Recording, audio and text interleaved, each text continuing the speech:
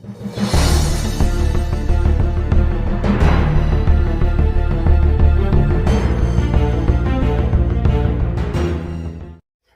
afternoon, keepers of the cash. Gary B, the casual comic guy here, and today, guys, we're here with Retro Cover Rewind, featuring Spider-Woman, the original series. This is Series 1 of Spider-Woman. This is Part 3 of the Retro Cover Rewind. We'll have 2 more parts that'll wrap up this series for Series 1 of Spider-Woman.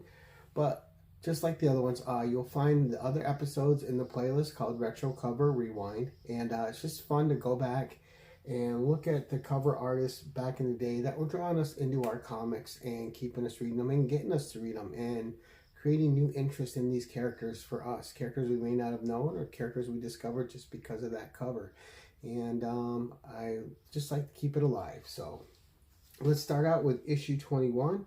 And it says, a startling new direction for the sensational Spider-Woman. Beware the Bounty Hunter. So we got a fun cover here, all right, and this is a Marie Severin cover, and she's being inked by John Tantaglione, and it's fun because in this issue she's fighting a group called the Shark Mob. So you don't really hear of them again, but you know, just a good base street level hero fight. And one of the things I really liked about Spider-Woman in this series, she was just more of a street level hero and more of an investigator, more of a PI, and she just did a lot of the light work herself, and for good or bad, whatever happened in her life. But again, Marie Severin cover, John Tantaglione on the inks, and Jessica Drew fighting the Shark Mob. All right, next up, issue number 22. We have another Marie Severin cover with Mike Esposito on the inks, and this is The Crimes of the Killer Clown. And again, this embraces what I really liked about this series, right? One, yeah, mostly street level. 2, very dark storylines, very dark criminals. All right, the Killer Clown, he was just out there murdering women. He was a serial killer.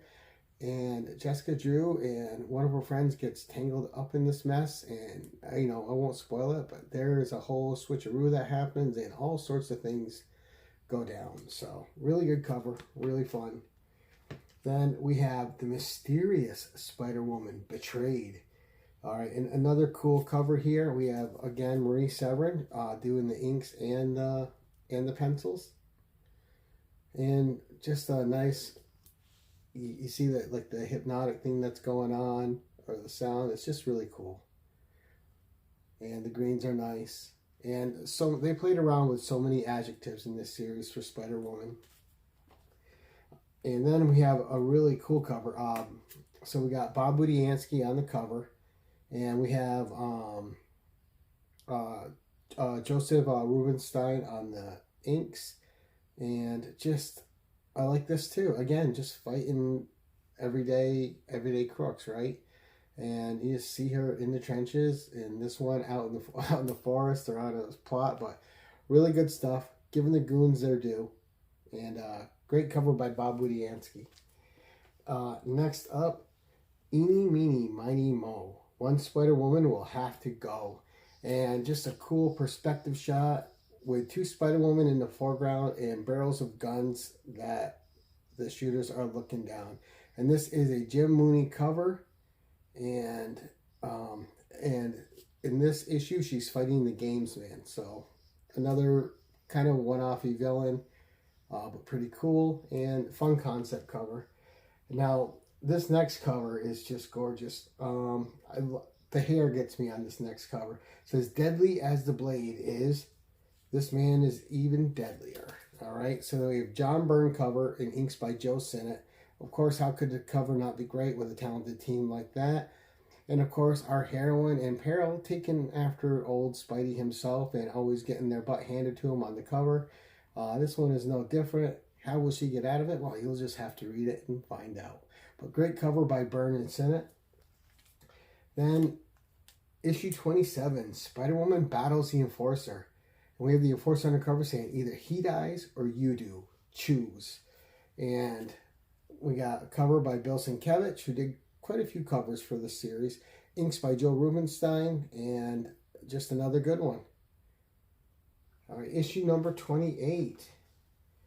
And continuing the Bill Sienkiewicz covers, we have in inks by Joe Rubinstein. It says, guest starring the Amazing Spider-Man. Enough said. You see Jessica Drew battling the Enforcer. And something happens to her guy here, and she is forced to do some things that she doesn't want to do in order to save his life. So, great issue, great cover. And it keeps going here with issue 29. The Web Lady and the Enforcer against Spider-Man in a duel to the death. It says Spider-Woman has turned killer. And this is more hinting at what I was saying. She's being forced into something she does not want to do. And this is cover art by John Romita Jr. with inks by Bob McLeod. And again, just a fun cover. Actually, when I enjoyed JRJR's art style. Obviously, he's a fantastic artist. I just don't care for the blocky stuff. But this style, I liked a lot. So, good cover there. A lot of apparel. Plus, you got Spidey. You can't go wrong. And then, the last issue for this video.